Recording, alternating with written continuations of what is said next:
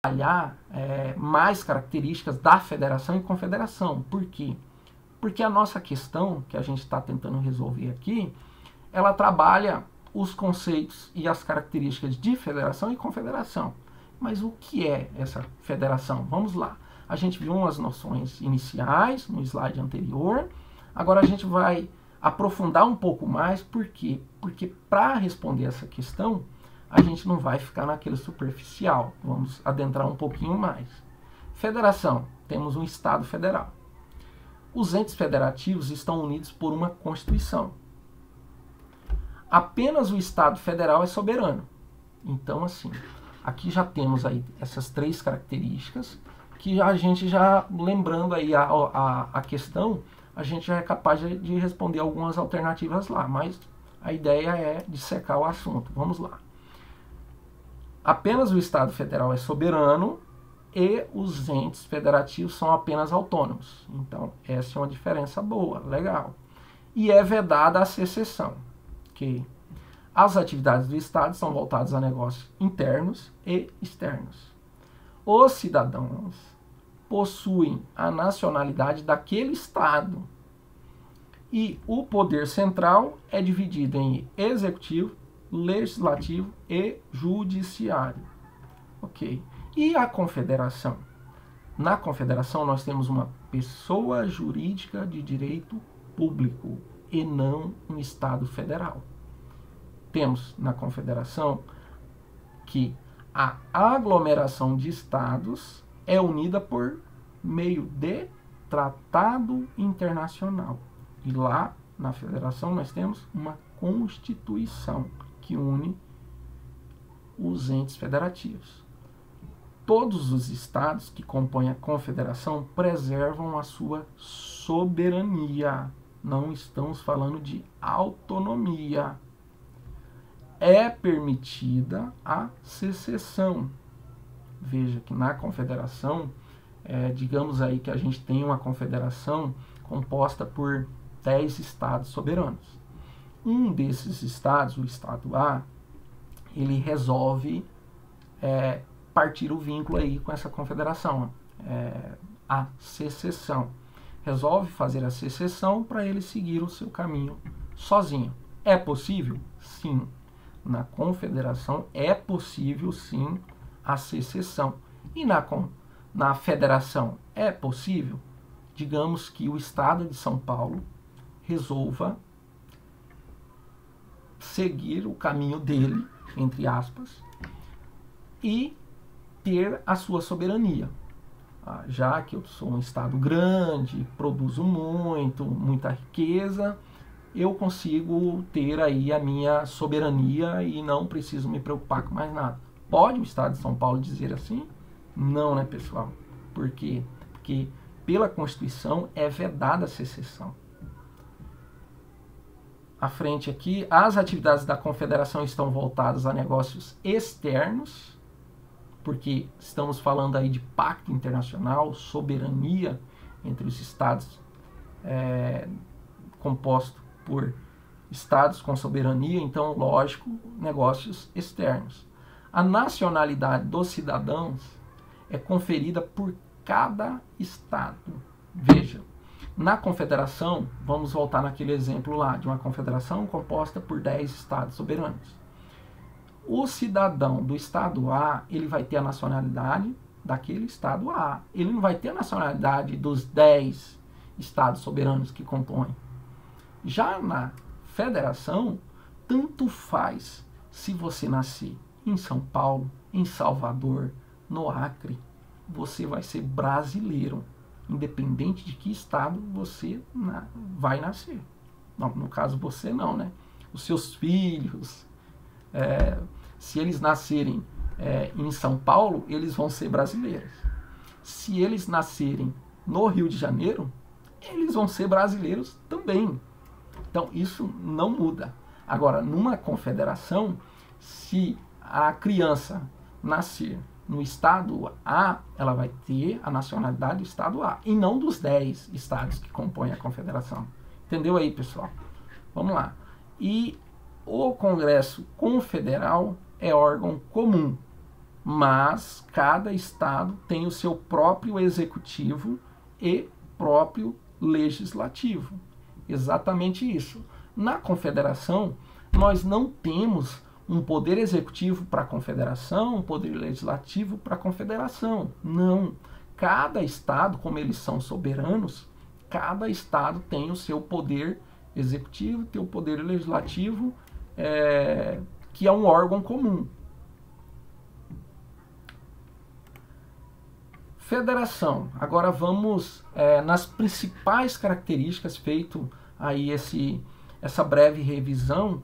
A gente agora vai trabalhar as principais características que a gente já comentou aí. Vamos juntar todas elas. Eu sou muito visual, pessoal. Vocês vão perceber aí ao longo dos vídeos aí no nosso canal. Para mim facilita mais essa questão visual, para mim poder assimilar o conhecimento. Então, fizemos aí uma revisão. Agora vamos se concentrar nas principais características da federação para que a gente possa resolver a questão. Então, a federação ela é descentralização do exercício do poder político, ou seja, auto-organização, autogoverno, auto-administração. A soberania é do Estado federal. Os entes federativos eles têm apenas autonomia. É proibida a secessão. E agora vamos lá, uma característica nova que a gente ainda não trabalhou ela. Muita atenção. Órgão guardião da Constituição. Então, na federação, nós temos um órgão que é guardião da Constituição. Qual que é o órgão guardião da Constituição aqui no Brasil? STF. Por que ele é o órgão guardião da Constituição? Lembra que a gente falou que a federação ela está vinculada a uma Constituição, é um pacto que é feito por meio de uma Constituição. Já na confederação, nós temos um pacto que é feito por meio de tratado ou acordo internacional. Okay? E aí a gente falou também que na federação é proibida, é vedada a secessão. E a secessão está onde? A secessão, aqui no Brasil, na Constituição Federal, estabelece que é vedada a República Federativa do Brasil, formada pela União Indissolúvel dos Estados, Distrito Federal e municípios. Então, veja, a própria Constituição estabelece que a República Federativa do Brasil é formada pela União dos Estados, tal, vedada de união indissolúvel. Significa que não pode ter a secessão. Mas se a Constituição estabelece isso, e o Estado de São Paulo, no nosso exemplo anterior, se ele quisesse fazer essa secessão, como que seria então? Justamente por isso que temos o órgão guardião da Constituição, que é o STF, para que isso não aconteça. Quando ele vê que há um desrespeito à Constituição, aí temos os legitimados aí no artigo 103 para poder entrar com uma ação direta de inconstitucionalidade, ADPF ou algo nesse sentido, para que a gente possa ter a guarda da Constituição, para que os seus comandos, suas regras, seus princípios sejam observados por todos. E também temos na federação o órgão representante dos Estados-membros, chamado aí pela doutrina de princípio da participação. Aqui no Brasil, qual que é o órgão representante dos Estados-membros? Senado Federal. Lembra, pessoal, lá em Poder Legislativo. O Senado Federal, ele é o órgão que representa os estados. Por isso que temos 3 senadores para cada estado. Perceberam que São Paulo tem uma quantidade enorme de pessoas. Por que só 3 senadores? Já em Mato Grosso, tem muito menos pessoas do que São Paulo e também tem a mesma quantidade de senadores, 3. Ora, por que isso? Porque o Senado Federal ele representa o povo. Então,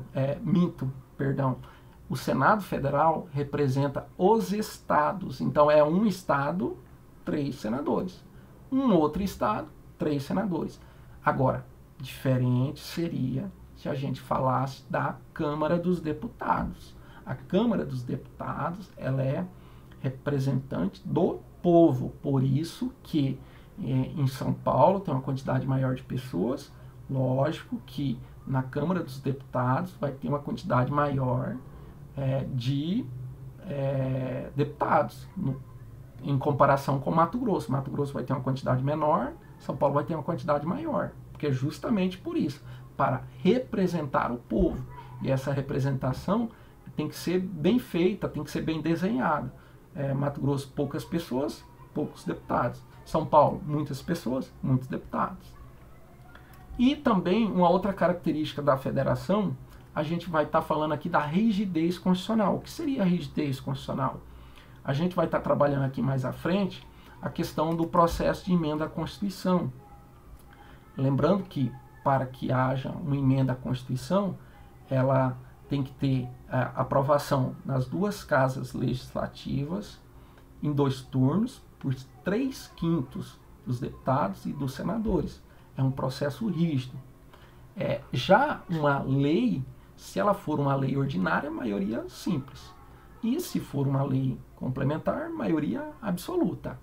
Não chega nem perto desses 3/5 aí, desse processo de alteração. Por isso que é rigidez constitucional. Mas por que tem que ter a rigidez constitucional vinculada à federação? Veja, se a gente não tivesse essa rigidez constitucional, poderia muito bem um deputado, para projeto de lei basta um deputado, agora para a Constituição, para uma emenda à Constituição não basta um deputado, né? Se o deputado, se não tivesse essa rigidez, o deputado poderia simplesmente, sozinho, colocar uma emenda à Constituição dizendo que é permitida a secessão. Pronto, acabou a federação. Então é justamente por isso que a rigidez constitucional é uma característica da federação. Se não tivesse a rigidez, não teríamos federação. E como que é feito esse controle, né, da questão da secessão? Porque mesmo que não seja permitido, a gente sabe que nem tudo que é proibido o pessoal deixa de fazer. Tipo, matar alguém, Código Penal 121, é um crime. Tá lá dizendo que se cometer o crime vai ter aquela pena. Mas as pessoas continuam matando. Então, justamente por isso, é feito um processo de intervenção para assegurar esse pacto federativo e a Constituição. Então, se o Estado de São Paulo, voltando naquele exemplo, se ele tentar se desvincular da República Federativa do Brasil e formar um país soberano, provavelmente vai ter uma intervenção federal lá para que isso não aconteça. Então, essa é uma característica da federação também, pessoal.